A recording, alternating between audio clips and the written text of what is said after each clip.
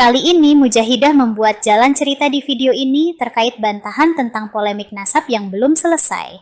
Mulai dari Habib yang sok arogan menantang debat sampai pada Jongos Ba'alawi yang tidak terima dengan Kiai Haji Imaduddin beserta semua rekan perjuangan mereka. Semua umat muslim di Indonesia menunggu pembuktian dari klan Ba'alawi tentang darah mereka, apakah benar sebagai zuriat Nabi atau hanya klaim semata, karena dari ucapan mereka saja sudah mengakui bahwa mereka tidak memiliki data. Yang klaim-klaim mereka sebagai penyebar agama Islam di Indonesia, ketika diverifikasi ternyata mereka tidak ada kaitan dengan penyebaran agama Islam di Indonesia. Yang pertama, di mana penyebaran agama Islam di Indonesia dilihat dari berbagai macam teori yang berkembang di antara para sejarawan, tidak ada yang mengatakan bahwa Islam Indonesia ini dikembangkan pertama kali oleh orang-orang dari klan Ba'alawi.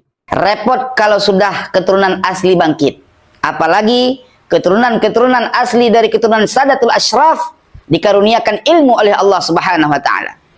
Dari Sabang, Aceh, dari Banten bergerak, alhamdulillah Ba'alawi semakin bingung dan muter-muter akalnya. Saudaraku yang dirahmati oleh Allah, sebagaimana antum memandang di kejadian-kejadian di media.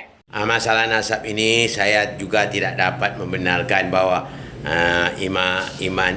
Kiai Imanuddin benar juga belum dapat kita buktikan, karena kalau kita lihat masalah DNA itu belum bisa kita laksanakan. Kenapa? DNA itu harus ada sampelnya dari Rasulullah, sedangkan Rasulullah sudah wafat. Itu dari mana kita mengambil sampelnya? Darah tak mungkin dapat diambil, ya, atau dari bentuk air liur atau apanya, atau genetik itu tak dapat dilaksanakan, ya. Ini kalau untuk kata Imamuddin tentang DNA itu boleh dikatakan tertolak, kata Imamuddin, ya, belum bisa. Tes DNA itu adalah itu tak mungkin dapat dilaksanakan tes DNA, karena Rasulullah duluan sudah wafat, bahkan Ali bin Abu Talib duluan sudah wafat. Sedangkan istilah DNA ini pada tahun berapa itu masih baru. Tahun 1869 kalau tak salah itu. Wah, baru lagi, ya. Itu tak mungkin tidak ketemu dengan Ali bin Abu Talib. Kita kalau ngambil betul-betul gen Ali bin Abu Talib dengan Fatimah itu, gen dia itu kita tes. Apakah benar cocok dengan zuriat Anda? Tentu tak dapat kita buktikan, ya. Jadi untuk tes DNA tertolak untuk Imamuddin, ya. Karena saya tahu cara tes DNA-nya, ya. Satu, masalah nasab juga belum bisa juga kita akui. Kenapa? Kiai Imanuddin itu mengambil dari data, katanya dari Yaman. Sedang keturunan Rasul bukan dari Yaman saja, dari Irak, dari Iran dan sebagainya. Banyak menyebar seluruh dunia, ya. Jadi kita harus perlu paham. Nanti masalah nasab itu yang nanti akan saya siapkan ini. Ada kitab nasab itu banyak, beribu kitab nasab. Ya, bukan hanya dari Yaman saja, dari Irak ada, dari Iran ada dan sebagainya. Ya, sampai ke Turki banyak itu zuriat Nabi itu. Itu harus paham, ya, untuk apa? Untuk Kiai Imanuddin dan untuk Mujadilah. Ini kalau dapat itu bukan, kita tak boleh berpihak pada siapa-siapa. Kita tes kebenarannya. Memang kalau saya lihat, saya teliti itu belum ada nampak kelihatannya benar.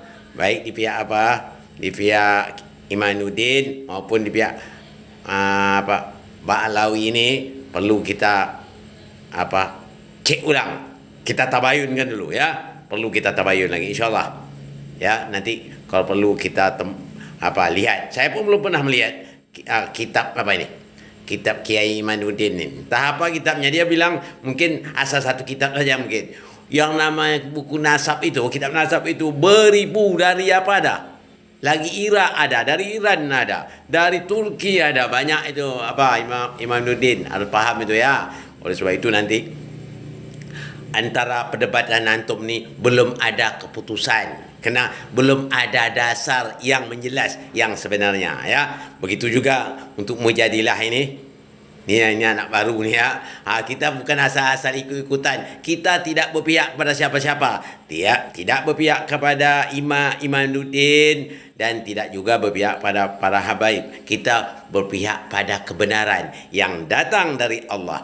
Al-haqqu mir rabbika fala takunanna minal mumtarin. Dengan ini saya sampaikan sebenarnya.